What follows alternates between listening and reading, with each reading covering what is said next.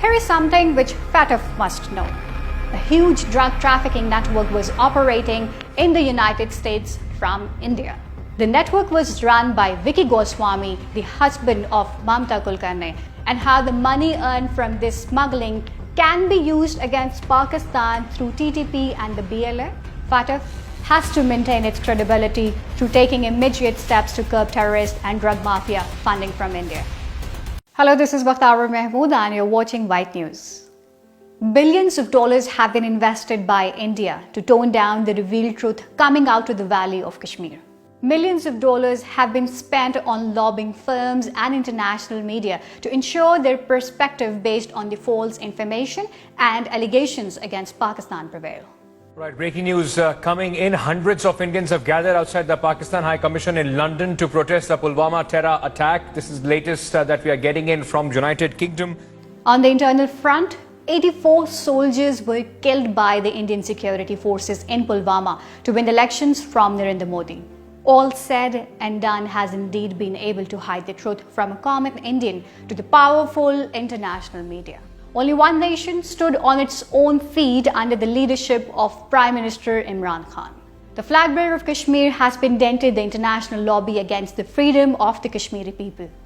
The entire campaign, almost the entire campaign of Mr. Modi in the election was how he had taught Pakistan a lesson that their jets had killed 350 terrorists. Complete lie, they had just killed about 10 trees of ours. Now, Modi is known as Hitler, Hindutva as a terrorist organization, and detention cells all over India and remembered as ghettos. Organizations like the UN and OIC all have to pay attention to the Kashmir cause, which is the ticking nuclear bomb right in the heart of the globe. You've got to. This is a test for the United Nations. You are the one who guaranteed the people of Kashmir the right of self-determination.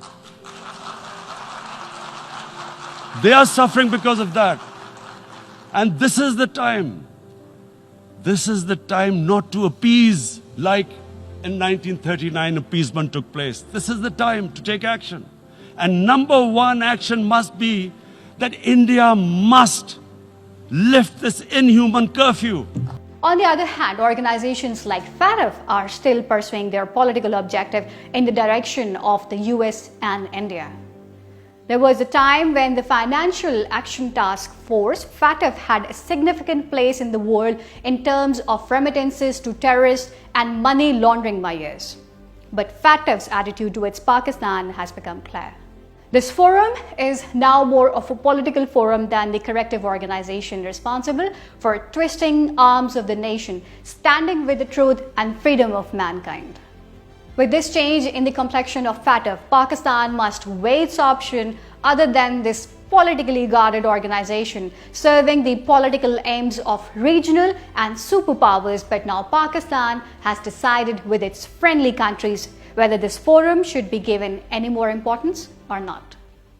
Here is something which FATF must know. According to a report in 2019 by the American Drug Enforcement Agency, DEA, a huge drug trafficking network was operating in the United States from India. The network was run by Vicky Goswami, the husband of Mamta Kulkarni, the heroine of film industry in the 90s era.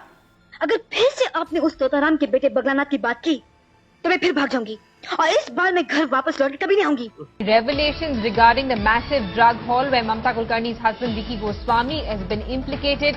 According to Paramjit Singh, Mamta Kulkarni is handling the drug business for her husband Vicky Goswami as he cannot travel internationally. The report also said that Ali Panjani, a key operative of the group, fled Kenya when he was to be arrested. He came to Mumbai, where the BJP government not only gave him asylum but also denied that any other country was involved in it. The question is whether Financial Action Task Force FATF is not looking at the Indian government-led drug cartel. On March 3, 2012, the entire Indian media reported that when the police raided the house of BJP local leader Satish Nagar under the intense pressure from the opposition party Congress, over $1 million worth of drugs were recovered from his house that belonged to the same network mentioned by the American Drug Enforcement Agency in its report. But the whole case disappeared in such a way that no one knows about it. The FATF does not see how the BJP government in India is involved in drug trafficking all over the world. 25 film personalities have been named by the alleged drug peddlers, those who have been arrested by the NCB. Now, the NCB is preparing a dossier with the names of 25 Bollywood celebrities who have links to the drug peddlers who have been held so far. And how the money earned from this smuggling can be used against Pakistan through TTP and the BLA.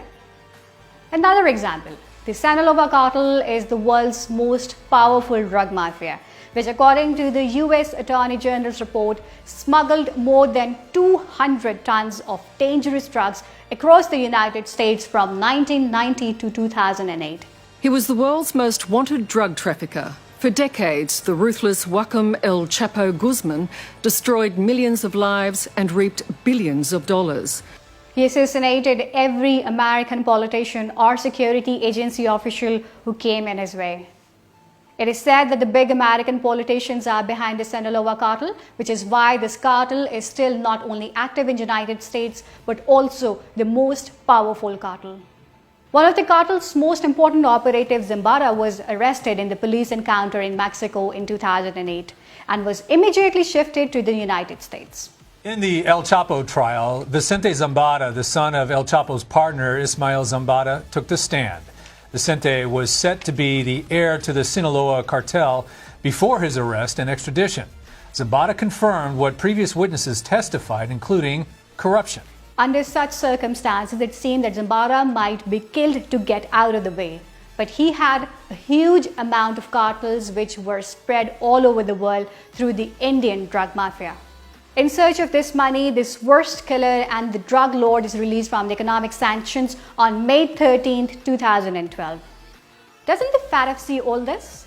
A whole network of thieves and drug mafia is being run from the United States to India. Millions of dollars are shifted from one country to another every day, but FATF sees only Pakistan.